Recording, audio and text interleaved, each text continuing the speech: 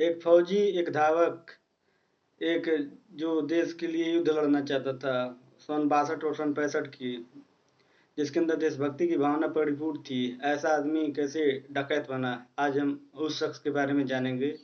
नमस्कार दोस्तों, मेरा नाम सूरज यादव। आज हम पान सिंह तोमर के बारे में जानेंगे।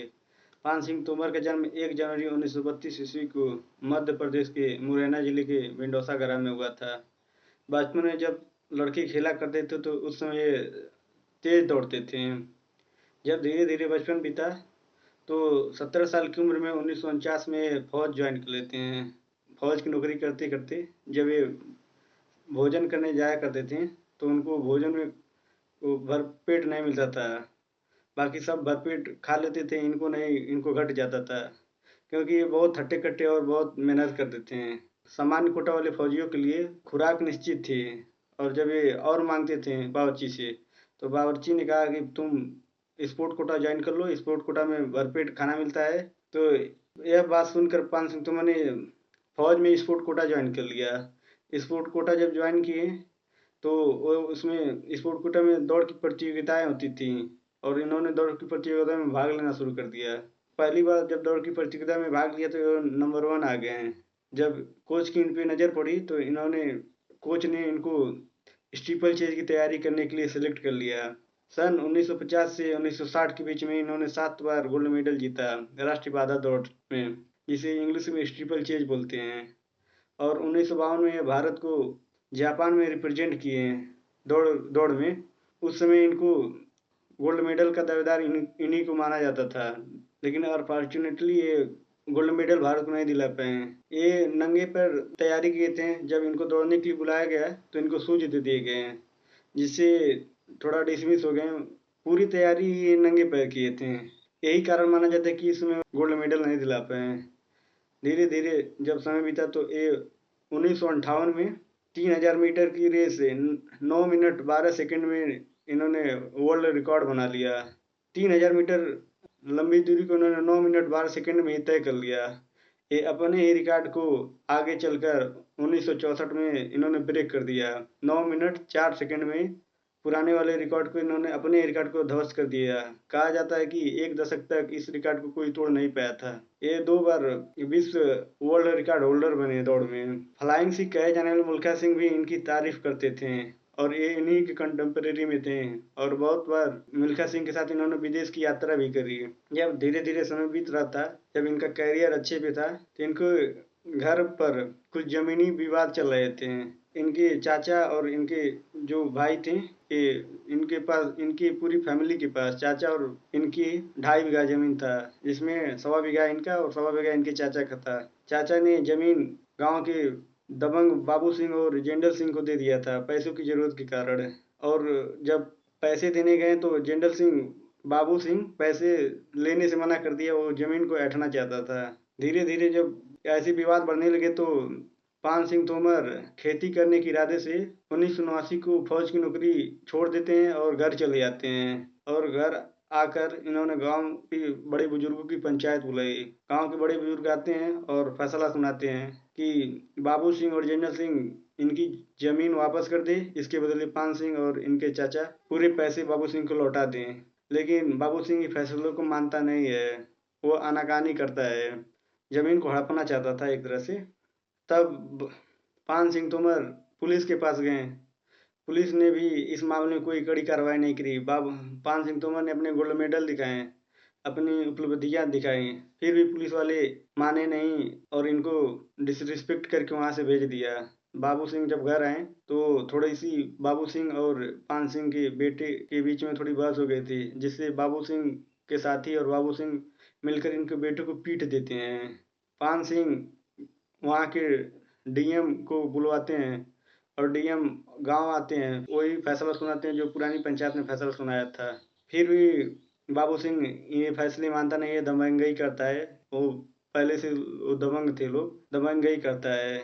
और पान सिंह जो थे वो शहर के बड़े बड़े अफसरों जो कानून के रक्षक थे उनसे संपर्क किया करता था इस फैसले के लिए। यह बात बाबू सिंह और जनरल सिंह को अच्छी नहीं लगी।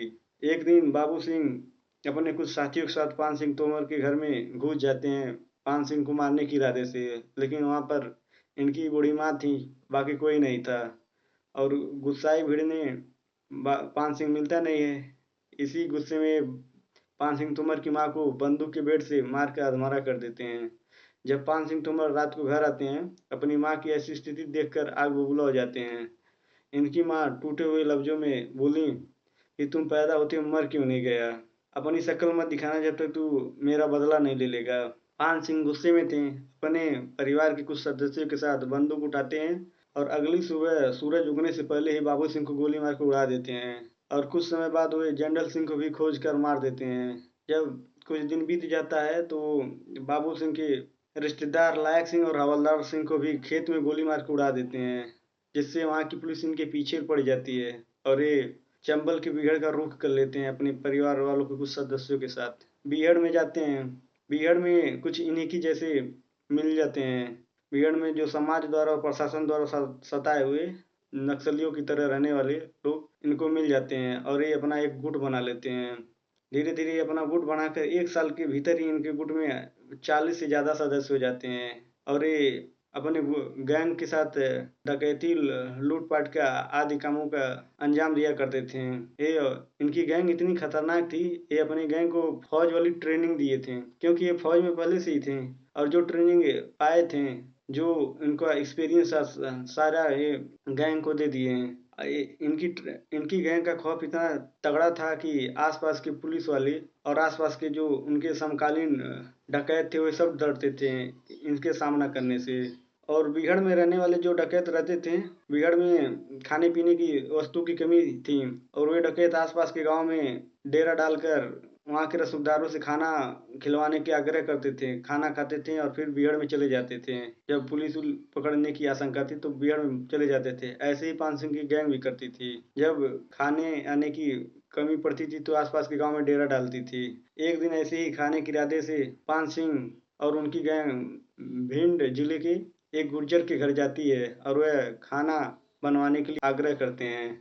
फिर गुज्जर ने खाना तो बनवा दिया, लेकिन उसने चुपके से पुलिस को इसकी मुखबरी कर दी और जब पान सिंह और उनकी गैंग भोजन कर रही थी, उसी वक्त पुलिस ने इन पर आक्रमण कर दिया चुपके से आकर, जिससे इनकी भाई मतादिन की मौत हो जाती है और बाकी गैंग वाले और पान सिंह वहां से भाग निकलते हैं। धीरे धीरे जब भीड़ में समय गुजारते हैं तो इनको पता लगता है कि यह मुखबरी गुज्जर ने खुद पुलिस को करी थी। यह बात पान सिंह को पता चलता है तो उसी दिन वे अपनी गैंग के साथ उस गांव में पहुंचते हैं गुज्जर के, और गुज्जर के फैमिली में 6 लोगों को एक साथ गोली मार के उड़ा देते हैं और माइक लेकर ऐलान करते हैं कि बता देना अपने सरकार को कि पान सिंह तोमर के पीछे ना पड़े और पान सिंह को पकड़ पाना उनके बस की बात नहीं है। जब यह घटना हुई, 6 लोगों को गोली मार दी है, तो पान सिंह तोमर मध्य प्रदेश के टॉप मोस्ट वांटेड डकैत बन गए हैं।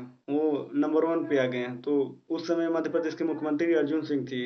अर्जुन सिंह को इतना दुख हुआ कि वे निश्चय लें कि मैं दिवाली के दिए नहीं जलाऊंगा जब तक पान सिंह तोमर पकड़ा नहीं जाता है। पान सिंह तोमर को पकड़ने के लिए 15 एसटीएफ की टीम और 10 बीएसएफ की टीम की गठित किया जाता है, फिर ये टीमें पान सिंह तोमर के पीछे पड़ जाती हैं।